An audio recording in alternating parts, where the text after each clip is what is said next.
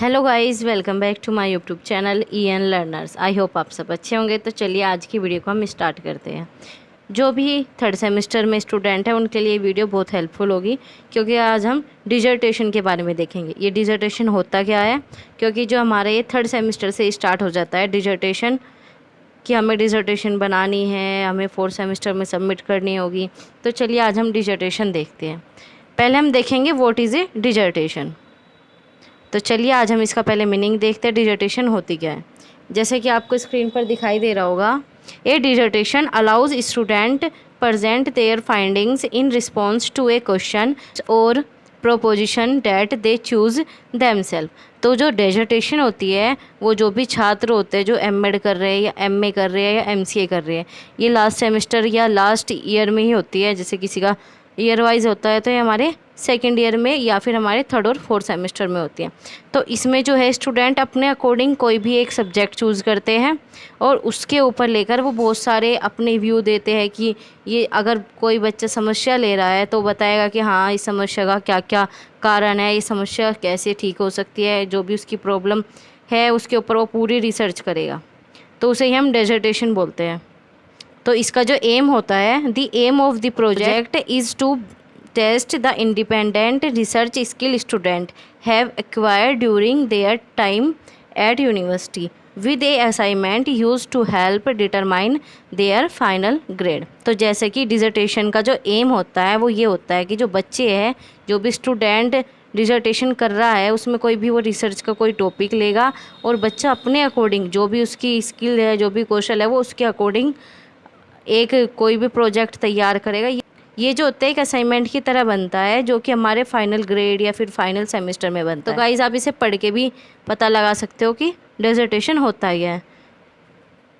तो चलिए हम डिसर्टेशन का अर्थ देखते हैं, इसका मीनिंग क्या है, क्योंकि बहुत से बच्चों को डिसर्टेशन पता ही नहीं क्या होता है। तो चलिए हम देखते हैं। डिसर्टेशन को हम शोध प्रकरण, निबंध, सोच विचार और तर्क वितर्क कहते हैं। जो इसके मीनिंग होते हैं वो यही सब होते हैं कि ये एक तरह का निबंध टाइप का होता है। इसमें हम जितना भी बच्चे ने रिसर्च किया, जितना भी उसने अपने जो भी टॉपिक लिया उस पर पर्टिकुलर एक रिसर्च तैयार करता है। उसे क्या क्या अपने व्यू के अकॉर्डिंग करता है। वो ऐसा नहीं कि किसी की रिसर्च ली और ऐसे ही वो कर दिया, नहीं। इसमें जो भी हम टॉपिक लेते हैं उसमें हम अपने अकॉर्डिंग अपने व्यू हमें इसमें देने होते हैं कि हमें ये चीज़ क्या लगती है, इसका हमारे अकॉर्डिंग क्या इसका सोल्यूशन हो सकता है। ये सब हमारे डिसर्टेशन में चलता है।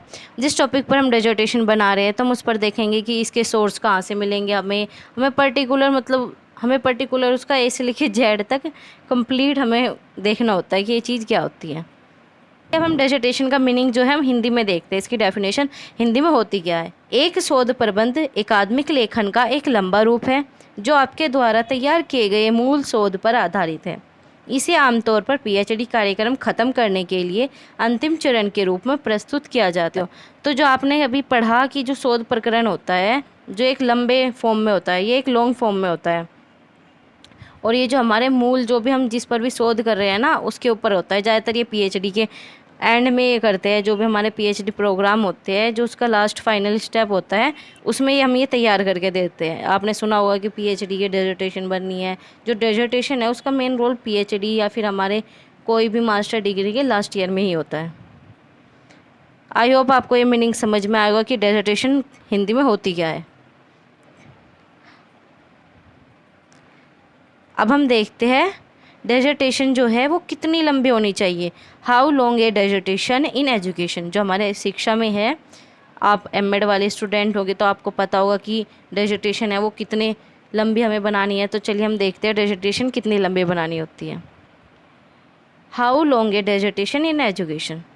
Dissertation are typically very long in deep works. जो डिसर्टेशन होती है वो हमारी बहुत लंबी होती है, बहुत ही डीप कार्य करके हम बनाई जाती है dissertation. Many dissertation are between 100 and 200 pages in length और लॉन्गर। जो हमारी डिसर्टेशन होती है वो हमारी 100 से लेकर 200 पेज तक होती है।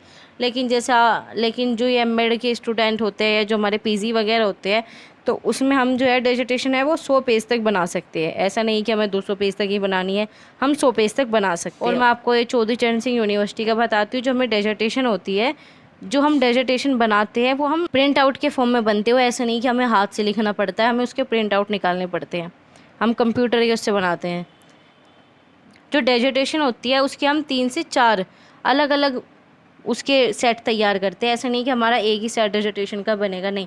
जो डेजर्टेशन होती है उसके हमारे किसी कॉलेज में 3 बनते हैं तो किसी कॉलेज में 4 बनते हैं, लेकिन 3 जो है वो मैक्सिमम सभी कॉलेज में बनते ही है। तो डेजर्टेशन होती है जो उसके सेट होते हैं, कोई एग्ज़ाम, एक सेट हमारा एग्जामिनर लेके जाता है, एक शायद कॉलेज में रखा जाता है। सब कॉलेजों का अलग अलग है, आप पता कर सकते हो कि आपके कॉलेज में कैसा होता है। लेकिन जो डेजर्टेशन है वो 3 से और 4 सेट के बीच में ही बनती है। डेजर्टेशन जो है वो हमारी 4th सेमेस्टर के बाद में बनती है। जो डेजर्टेशन है, जैसे आपने बीएड की होगी तो आपके जो सेकेंड ईयर के बाद एग्ज़ाम के बाद जो आपके प्रैक्टिकल होते हैं, ऐसे ही हमारी डेजर्टेशन होती है। ये डेजर्टेशन हमारी 3rd सेमेस्टर में भी नहीं होगी, ये 2nd सेमेस्टर में भी नहीं होगी। ये जो डेजर्टेशन है ये हमारी 4th सेमेस्टर के एग्ज़ाम होने के बाद जो हमारे प्रैक्टिकल वाइवा वगैरह होगा तब हमें डेजर्टेशन की ज़रूरत होती है। लेकिन जो कॉलेज वाले हैं वो डेजर्टेशन 2nd और 3rd सेमेस्टर से बनवाना स्टार्ट कर देते हैं, क्योंकि जैसा आपने पढ़ा कि बहुत लॉन्ग होती है, डीपली वर्क होता है इसमें, तो इस वजह से कॉलेज वाले जो है वो जल्दी से इसे बनवाना स्टार्ट कर देते हैं, क्योंकि इसे बनाने में बहुत टाइम लगता है।